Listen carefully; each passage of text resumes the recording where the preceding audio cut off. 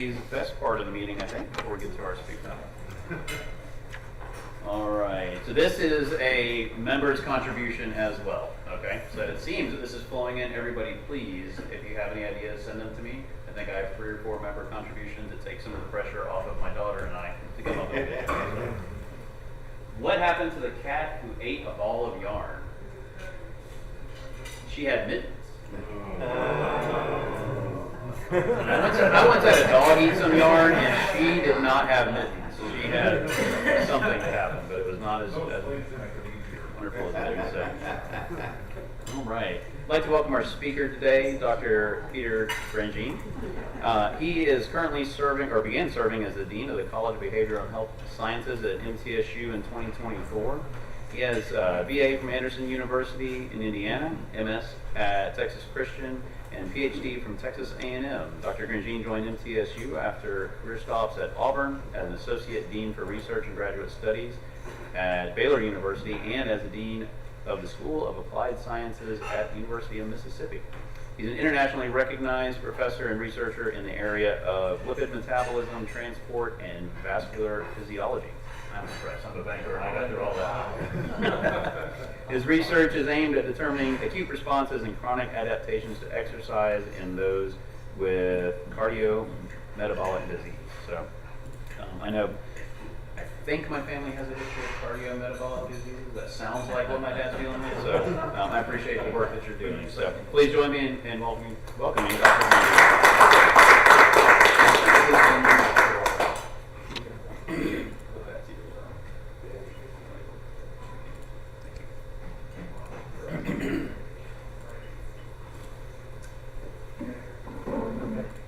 Is this all right to, and now I can walk around? Yes, you That'd can be go great. I hate anywhere you getting want. stuck behind a That's why I got that for you. So thank you all. I really appreciate the opportunity to come visit with you all today about something I'm very passionate about. Many of you all probably are too. And that is the concept of exercise is medicine. My background, since I started in higher education, really has been in how exercise perturbs our body. Exercise, like medicine, is just a means of changing our physiology, right? And what I've done is just studied the way exercise changes the way our bodies behave. So, let's see if we can, that did it. All right. So this concept of exercise as medicine is not new. It is something that we've known since antiquity. This is Plato saying the lack of activity destroys the good condition of every human being, while movement and methodical physical exercise save it and preserve it. More recently, many of you might recognize this gentleman. This is Dr. Kenneth Cooper. You all ever heard of Dr. Ken Cooper? Back in the late 60s and early 70s, as an Air Force surgeon, he recognized that just a little bit of exercise went a long way at preserving the health of many of the Air Force air personnel that he was serving as a physician. And he was really the father of this term that we all know now today as aerobics. You've heard of aerobics, and now people use the term cardiovascular exercise. But Dr. Cooper, really, he said, look, the reason why exercise is to enjoy life a little bit more. And you all probably have seen this concept more recently. Have you ever heard of the term health span? People have talked with you about what we know lifespan, but health span. And the idea of health span is that enjoying good health and increasing our health, it may not necessarily prolong life, but throughout our lifespan, we enjoy better health and are able to, have greater functional capacity, ability to do not only just work, but just enjoy life and do things. And so that's this concept of health span. Again, this is a little bit misleading in that it might prolong life. It might, but our lifespans are pretty much, set between what we know now is 70, 78, 80. 80 is our lifespan. Most of us will live to those ages, but it's enjoying those last or later years that we're really getting at this concept of health span. So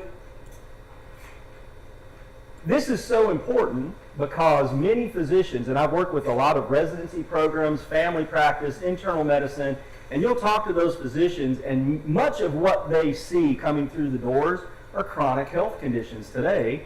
Those chronic health conditions, they'll tell you 80% of them are due to poor diet, lack of physical activity. Right? There are other things, bad habits, that's for sure, but lack of physical activity and poor diet. So really, this concept of exercise as medicine today is enjoyed by our physicians too. It's every healthcare provider really should now take into account somebody's physical activity as part of vital signs like your blood pressure, right, or height and weight that might take as part of your health history. In fact, there are some that are very strong advocates that would say any physician that's not talking to you about physical activity or exercise is really committing malpractice. You think that's a pretty strong statement, but if you think about it, if 80% of the chronic disease conditions that come in are due to inactivity, it really is a major problem. But this concept of exercise as medicine is also interesting because there are quite a few analogies with the medicine that you might take. And you take medicine for what? For some specific reason, right? You typically are prescribed medicine and you take it for a reason. So first of all, exercise is prescribed. And second, there is a dose response. If you take it as prescribed, you take a small dose and you get some kind of response out of that, right? If you take a little bit more, then you might get a greater response up to a certain point. In fact, there's this concept here, we see a therapeutic window, and I'm sorry, from back there you probably can't read any of that. I can't read it even standing here. But just bear with me with the concept. You take a dose, you get a small response. You take a greater dose, you get a larger response or a longer response, right? But eventually, that response will wear off.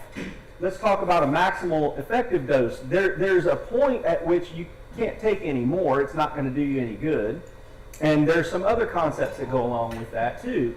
One of them is this idea of taking the medicine is that there is a primary effect. You're taking it for a very good reason, right? But there are also some secondary effects. Some of those secondary effects are additional benefits. And some of those secondary effects may be detrimental, right? So there's some side effects to and that's what we would call side effects of some of those medications. But the same thing with exercise. You might be enjoying exercise for a very specific reason, or doing something for a very specific reason. But you may enjoy additional health benefits, right, by doing that same dose of exercise. And the other part to this is, just like medication, you know, a physician will prescribe medicine because it has some general effects that have been shown through testing and trials, and the safety and efficacy of these things have been tested. But what happens is, many people taking medications don't respond in the same way. Same thing with exercise. The dose at which somebody is enjoying exercise may not be the same dose that somebody will get any effect at all, right? That just depends upon the health of the individual and a whole multitude of other factors. We went and we talked just a little bit about the dose and the response. You take that medication, and you'll get a response, and what happens after that? It's residual, right? And it fades away. And what do you have to do in order to enjoy the benefits of that medication again? You have to take it again, right? And over time, you take that medication, your body adapts to that medication, so that you either have to take more of that medication to enjoy that response, or you have to switch medications. Or, like for many of us, one of the most prevalent things out there that people take medication for is blood pressure. Or in blood pressure, in the case of blood pressure, you have to get into compound therapy, multiple drugs, right? Or changing those kinds of things. Same thing with exercise. There's good news and bad news to it. We respond pretty quickly to it. but we adapt to it. So when you exercise and you enjoy a certain dose, enjoy your dancing for a little bit. If you do just a little bit, you want to improve or make continuous improvements. You have to dance a little bit more. You have to enjoy your exercise a little bit more. And then for some of us, there are contraindications. And so that's why it's important that it's part of medical history. You're talking to your physician. You want to start exercise. You always hear people say you need to talk to your healthcare provider before you start a program if you haven't done it already. And it's just simply to make sure that you don't have any of those contraindications. Give you an example. You have ischemic heart disease and you feel chest pain with exertion. It's probably a contraindication to go out there and mow your high grass on a hot day, right? So that's just an example of a contraindication.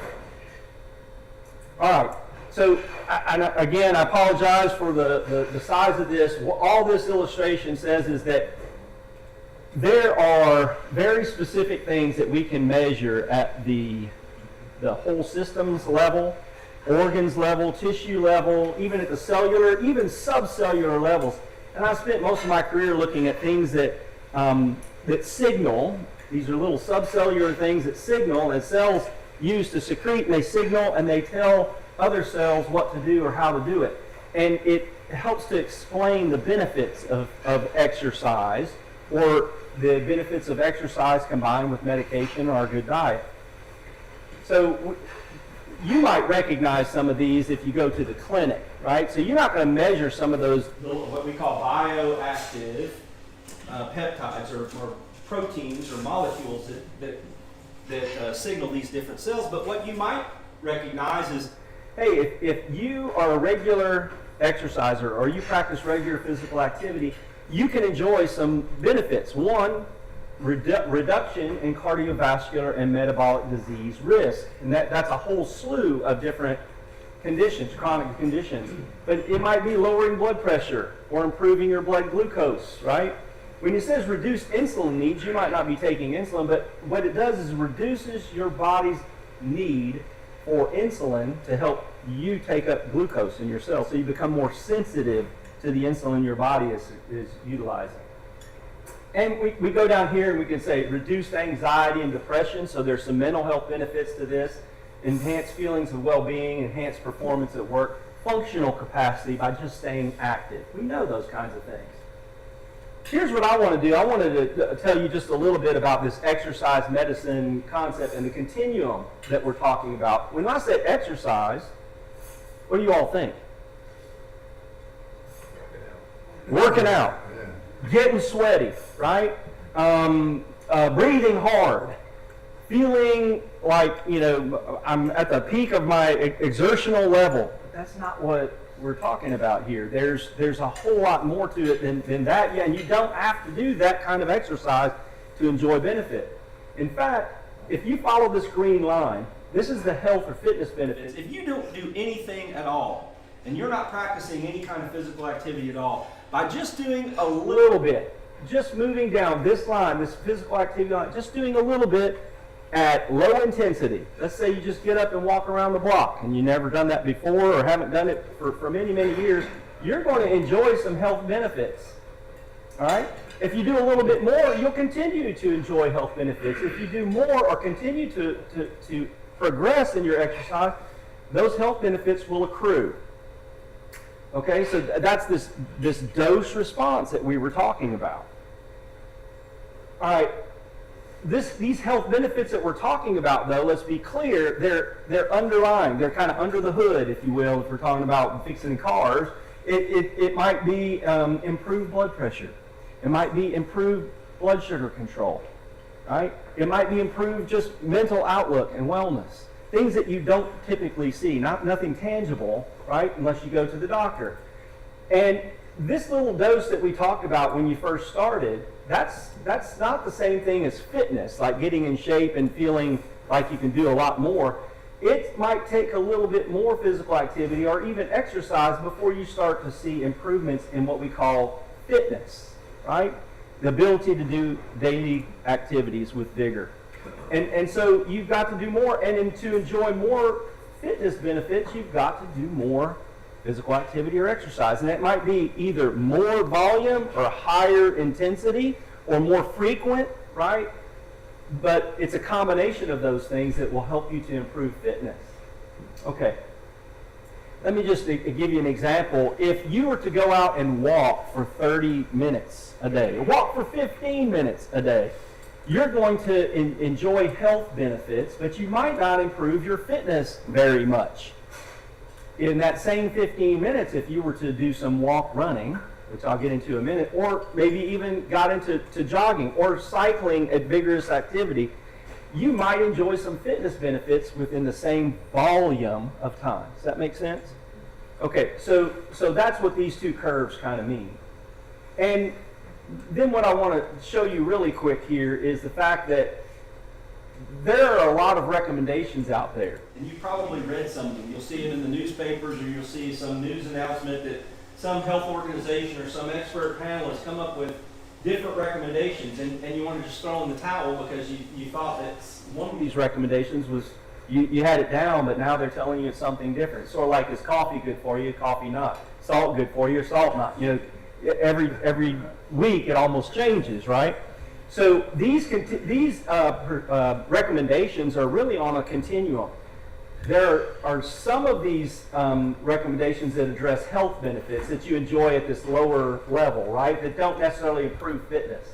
Then there are those that improve fitness and are focused on fitness, and you get some health benefits along with that, but that's not why you're doing the physical activity. And then there are these on this other end of the spectrum that really require a lot of intentional exercise in order to improve, like bone health or maybe weight loss, right, or weight maintenance. It's really tough to do with physical exercise. Let me point you in this direction real quick and just give you the concept of how powerful the effect is of physical activity and exercise.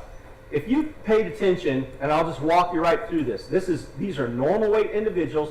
These are overweight, as defined as having a body mass index of 25 or greater. And these are obese individuals, as defined as having a body mass index of 30 or greater. Okay, so normal, overweight, and obese individuals. No matter if you're normal, overweight, or obese, and you look at this influence of fitness versus unfit. So these are people that have defined as having some average fitness, right, versus those who have below average fitness. And you look at them in every one of these categories. That's the white bar versus this light yellow bar. And you look at the difference, right? The effect size, or the relative risk for cardiovascular fitness or all-cause mortality is you almost protect yourself by double, right? Look at this. In overweight individuals, the effect is even greater, and in obese individuals, it's greater. What that means is it does not matter what body weight you are. By practicing physical activity or exercise, you reduce your all-cause mortality risk even if you don't change weight. That's what that means. And what I want to do is I want to show you these two bars over here. Why do we include those? Because the effect of being fit versus unfit is a greater effect size than being a smoker versus a non-smoker. That's pretty powerful stuff, isn't it? So what that means is it's very powerful, and a little dose or a little dab will do you. You just need to get started, and you need to be regular about it. Okay, here's the other part that I want to impart to you, and that is, how long do you think, if you started exercise, how long do you think it would take before you enjoyed the health benefits? The answer's up there on the slide. What's there? Months. You said months. That's what most people think. It's going to take months or weeks. Do you know, and this is what I've studied. This is exactly the model I've used. One single exercise session. One single session. So you got up today, you decided I have not been walking or I haven't been exercising, and you get out there today, you will enjoy post-exercise health benefits. It won't be, you change your fitness, right? You won't look different, but inside you have changed your blood pressure, your blood glucose levels, maybe even your mental outlook. You'll feel a little bit better inside for doing that. A single session of exercise, and we've done this in very fit individuals with a higher dose, right? Moderately fit individuals and people who are what we call sedentary. They don't do anything. And we've looked across the span. We've looked at multiple health parameters, blood, lipids. You've heard that term that we use at the beginning. Your vascular health, I use ultrasound, and we look at your blood vessels and their ability to respond to increased blood flow. We've looked at all kinds of things, and a single session of exercise will cause those changes. That's pretty cool. That's the same effect as medicine. Take that pill, right? You're going to enjoy benefit. All right, so what are the effects of this single dose? Improved blood pressure, blood lipids, blood glucose, cardiovascular function, and regardless of weight change, regardless of noticeable improvements, these things can actually happen with that single bout. So it won't take months, that's the good news. The other thing, if we look at physical activity, exercise on cardiometabolic disease risk, what I'm going to just show you here, and again, you can't see all of these things, I apologize, but if you do this on a regular basis and you do it with a certain amount of activity, volume, increased frequency, duration, intensity, you can reduce body fat.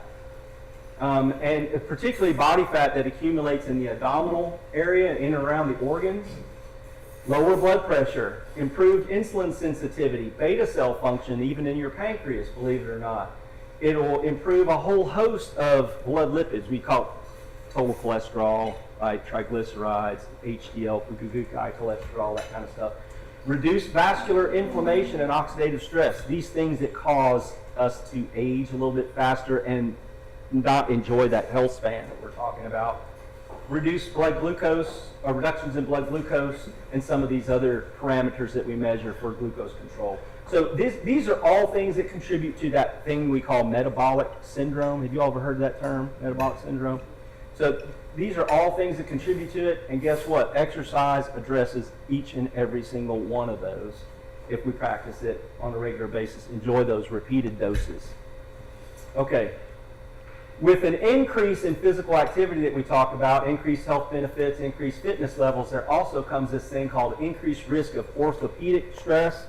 And then we also know that the people that aren't fit enough to enjoy those increased doses, practice that, they're at increased risk for some kind of untoward cardiovascular event too, right? So the idea is, how do you progress? We progress by using these principles of exercise, and that's specific to you, an overload specific to you. There's this principle of individuality. We have to vary the dose up because you're going to adapt. And there are these other terms called maintenance and reversibility. Reversibility is just, if you quit doing it, you're not going to continue to enjoy the same benefits, right? You're going to regress back. Your body's adapt. So how do you do this? This is one of those things I would highly recommend. When we say high intensity, again, you start thinking sweating, right? You start thinking heavy breathing, painful, and that's just not the way it's supposed to be. I'll give you an example. If you go out and you decide you wanted to walk and you enjoy the pace of walking, you got up to 30 minutes a day and you're doing that, walking at a nice normal pace, you want to improve your fitness a little bit, what you might do during that 30 minutes instead of walking at a standard pace is you might pick it up for 2 minutes. Pick up the pace for 2 minutes and then go back to your normal pace and then pick it up for 2 minutes and go back to your normal pace. And that's different than somebody that's out there running all the time, right? They might be doing that with much faster speeds or much longer duration. But that's this thing we call interval training, and it's a way to progress without causing those orthopedic problems or inducing that cardiovascular disease risk that might emerge as a result of the exercise. So interval training is a great way to, after you introduce a foundation, it's a great way to progress and enjoy greater health benefits, right, or greater fitness. I'm going to give you an example right here. This is a study that was done, and again, I apologize, but it says moderate physical activity. And this is a graphed line on the reduction in metabolic disease risk, okay, with moderate physical activity, and as you increase the amount of time spent in moderate physical activity during the week. Okay, so you can see with just a little bit, you're going to enjoy a reduction in cardiometabolic disease risk, and you'll continue with an increased duration during the week. and it'll level off. This is vigorous activity. And this is what I was talking about with the intervals. If you enjoy or you are capable of doing vigorous physical activity, at the same amount of time that you're doing vigorous activity, you'll enjoy a much steeper reduction in cardiovascular or cardiometabolic disease risk. So vigorous activity is better for you than moderate activity if you can do it. Right? And how do you get there? It's those intervals. So what this really shows is that in middle-aged adults, right, vigorous physical activity decreases the risk of metabolic syndrome or cardiometabolic disease. And if you see that, that's 37.1 versus 15.5. Really what it means is over double the disease risk reduction by practicing a little higher intensity.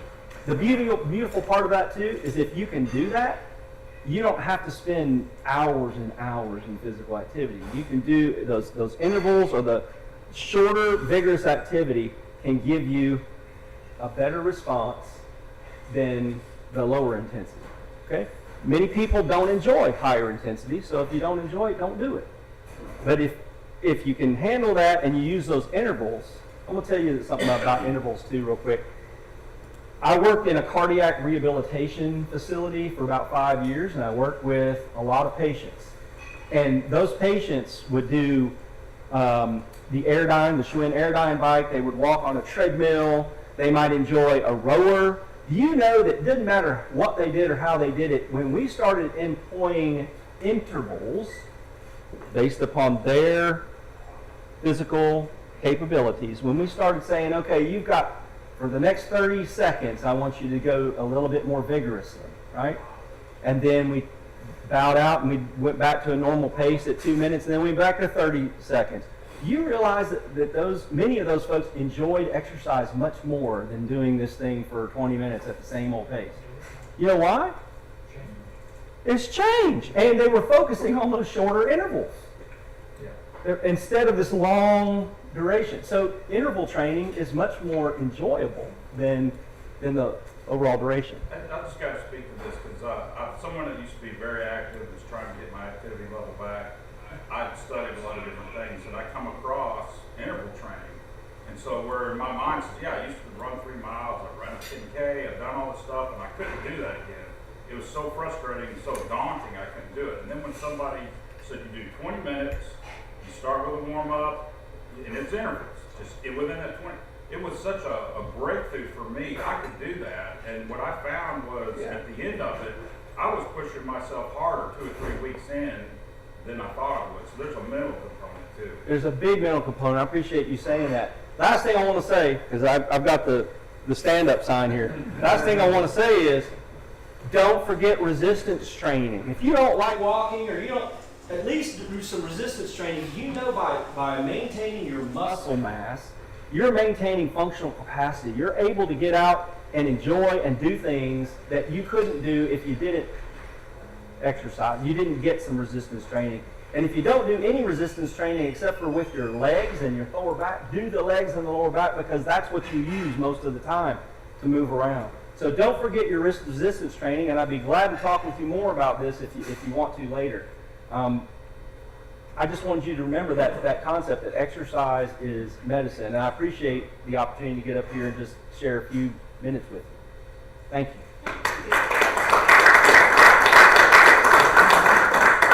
Anybody have any specific questions in a couple minutes? Any questions about exercise? Hey, how many minutes was it that you had up on a couple slides ago when you were talking about the vigorous, maybe 3 slides ago? Right here. Yeah. So this is what they call MET, minutes per week. So a MET, they call a metabolic equivalent. It's a way of measuring intensity. Okay. So right now you're at 1 MET. All right. 2 METs would be the equivalent you might get up, right, and just kind of walk around the room a little bit. That's 2. You can imagine jogging might be somewhere around 5 or 6 METs. All right. You get the concept. So it's MET. And what we do is we calculate METs, the intensity, with the minutes in that physical activity, and then you calculate it as an accumulation over the entire week. So this really wasn't the number of, up here, this is the MET minutes. This is minutes, so you can see 75 minutes, 150 minutes, or 225 minutes. So you can see this is an hour, hour and 15 minutes or so spent in moderate intensity activity. What that'll show you powerful is that moderate intensity for just an hour and 15 minutes over the course of a week can reduce cardiometabolic disease risk, right? So it's not very many minutes. It's the idea of the combination of minutes and intensity. Did that help you? Makes sense. Okay. Yes, sir. I was wondering if those curves looked a little differently based on age. It says middle-aged adult. And some of us are pushing 80 in this room, and we try to exercise, but the curves don't. I'm not sure my curves would match those curves. I will tell you that they may not match the exact steepness of those curves, but they would look just like those curves. Okay. In other words, you might see that curve like this, right? And it's simply because of functional capacity, right? It's just. Well, I notice I usually do every other day, but I notice if I don't do a week, then it's this stage of my life is I'm losing what seems to be a lot more than what a comparative period of taking a week off 40 years ago would be, and having to make that up, almost like starting over, it seems. 100%. And I'm not 80 yet, but I'm 60, and I can tell you that I definitely feel it. I mean, if I miss a workout, Yeah. just getting back into it, you're like, oh my gosh, what did I do, right? So I agree with you, and we do adapt really quickly, and we adapt more quickly unfortunately, to sedentary behavior than we do with the exercise. Okay. Yes, sir. One last question. So within medicine, would people get prescribed by the doctor to go to physical therapy for an injury? It seems to me like it would be great if we were prescribed exercise. Is that even talked about in the medical industry? 100%. So you saw at the very beginning where it said exercise is medicine, and the pictures of those physicians. There is a movement by the American College of Sports Medicine called Exercise is Medicine, and there are people that are part of that movement that will tell you it's malpractice if you're not talking to them about that. When I was in at Baylor University, we were in Waco, and I was working with a residency program where we incorporated that measure, minutes per week. Because you can imagine, if any of you work with electronic health records, I mean, it's like looking at a jungle for just one patient, all of this information, right? So you don't want how many times you exercise per week, tell me the intensity. You wanted one measure. And so they put minutes per week in the electronic health record, and they started recommending physical activity. And the whole purpose was to reduce people entering into their clinics and reduce people going to the emergency room. And it was working. I mean, I can show you some of the papers that came out of there. We were actually reducing clinic visits, the level of acuity at which people came to the clinic, and emergency room visits, believe it or not. Yeah. So is there a difference between, all you're talking about, between actual age and physiological age Absolutely. Yes, sir. And so that's that concept that we showed you with health span, is that you might be 40 years old, and then there's a 40-year-old who an unfit, and then you might have a 40-year-old who's very fit, and they're equivalent of a 25-year-old, right? So that's that enjoying that difference between, health, right, and biological age, if that makes sense. And you can maintain that, so you can be 60, you can be 80, and still enjoy the health of a 60-year-old, right? And then there's some of us that have good genes, not necessarily me, I'm just saying some of us have genes where you're 80 and you're enjoying the health of a 45-year-old, believe it or not. Some of us think we're 21 even though we're not. That's right, there you go, that's right. Your mental age is completely different. Mine's somewhere around 13. Yeah, that's right, that's right, that's right. So thank you all for your time.